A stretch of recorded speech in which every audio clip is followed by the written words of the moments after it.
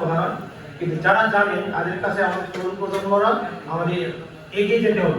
ওনাদের কাছ থেকে জানতে হবে যে আমাদের আসলে প্যারাটা কি এবং আমাদের লাইহানো উৎসবটা কি কি উদ্দেশ্যে করা, এটা কি অনেকেই হয়তো জানে না। অনুষ্ঠান আসছে, অনুষ্ঠান দেখার জন্য আসছে, কিন্তু এটার যে ভিতরে যে আমাদের যে মর্মগুলো এগুলো আমাদের আসলে জানতে হবে এবং এটা আমাদের চর্চা করতে হবে। এবং আরেকটা জিনিস হলো আমাদের যে মণিপুরি প্রত্যেকটা কালচারের যে আমাদের রাস উৎসব বলেন বা আদার্স যেগুলো প্রত্যেকটা আমাদের যে সেটা যেগুলো আছে এইসব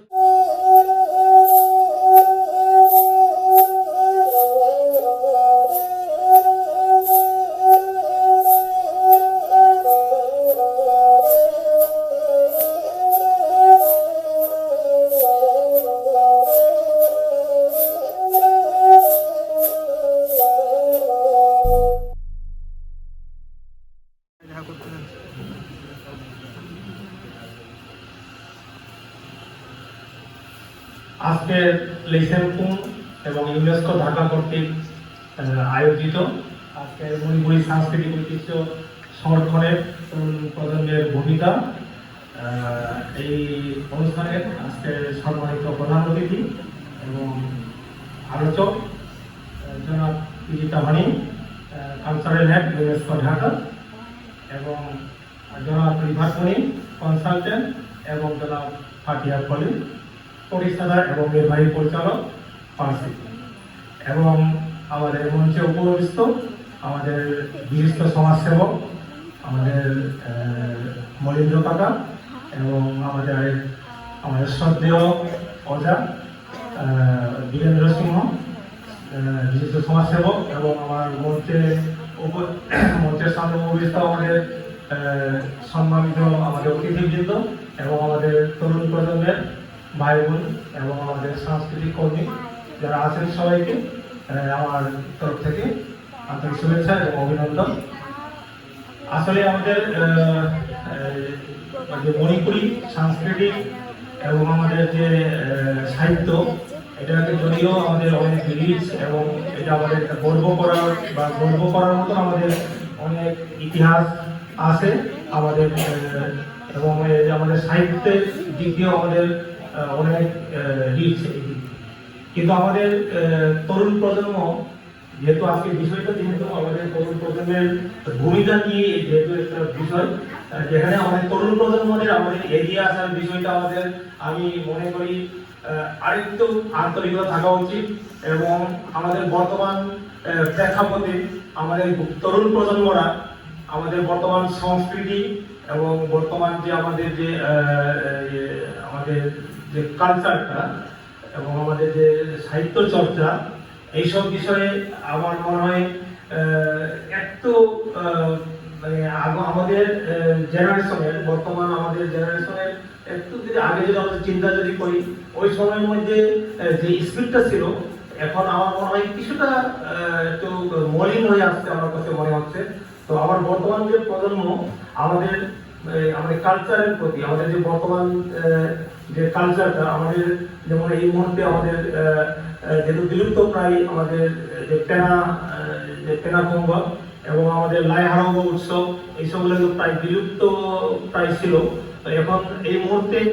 বর্তমানে আমাদের সাংস্কৃতিক পরিষদ এবং আমাদের বিভিন্ন আমাদের সাংস্কৃতিক যে অর্গানাইজেশন যারা আছে আমাদের মণিপুরী সমাজে, ওনাদের তত্ত্বাবধানে এই যে লাস্ট কিছুটা বছর ধরে আমরা এই গান আমাদের যে লাইহারঙ্গ এবং আমাদের পেনা কুম্ভ প্লাস আমাদের যে কুমচল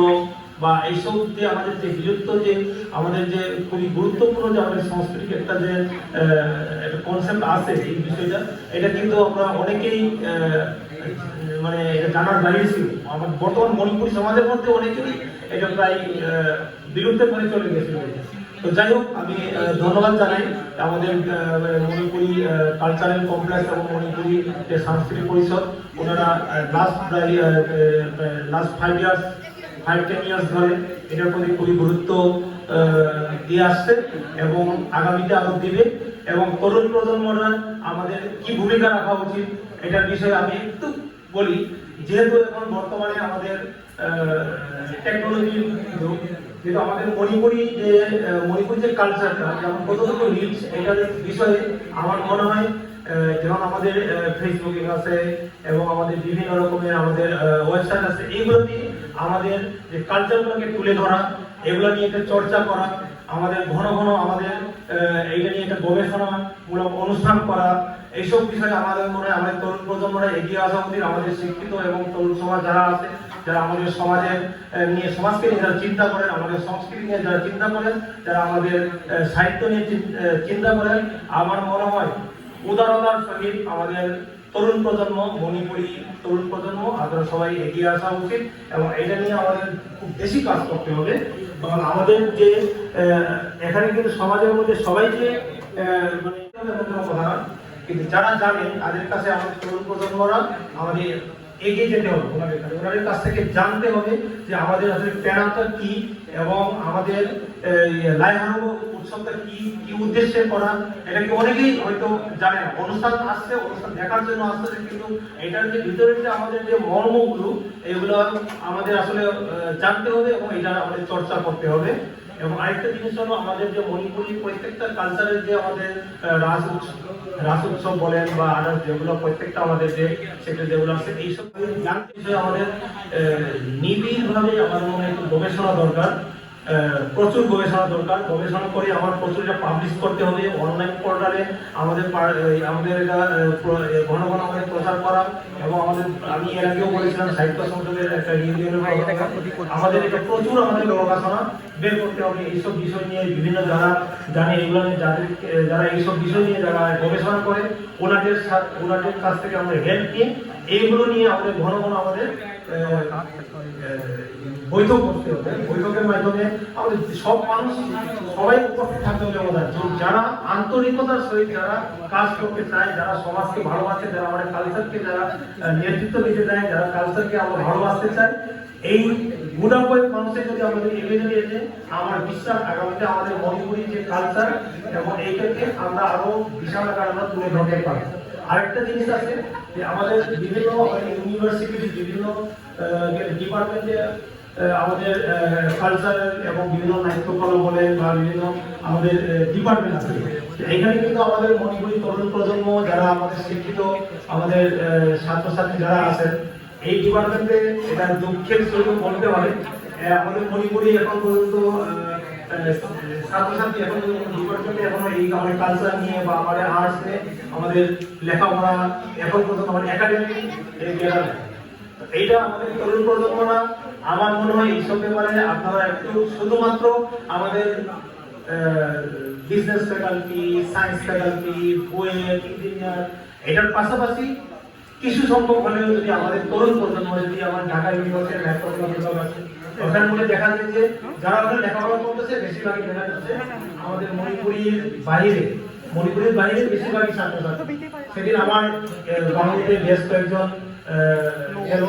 ওখানে মধ্যে ঢাকা ইউনিভার্সিটির চারুকলা ডিপার্টমেন্টের এবং নাট্যকলা ডিপার্টমেন্টের বেশিরভাগই দেখা যায় হ্যাঁ ডান্স ডিপার্টমেন্ট ওইখানে দেখা যাচ্ছে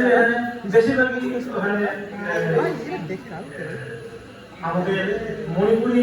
কোনো ছাত্রছাত্রী এখানের মধ্যে কেউ এখানে ভর্তি হচ্ছে না, এই না জানার কারণে নাকি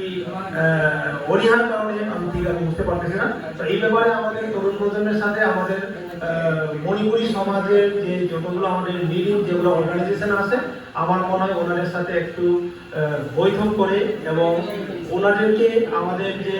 সমাজের যে কি করা উচিত আগামীতে এবং আমাদের কালচার ডেভেলপমেন্টের জন্য কি করা উচিত এটা করতে গেলে আমাদের একাডেমিক এবং প্র্যাকটিক্যাল দুইটাকে সমন্বয়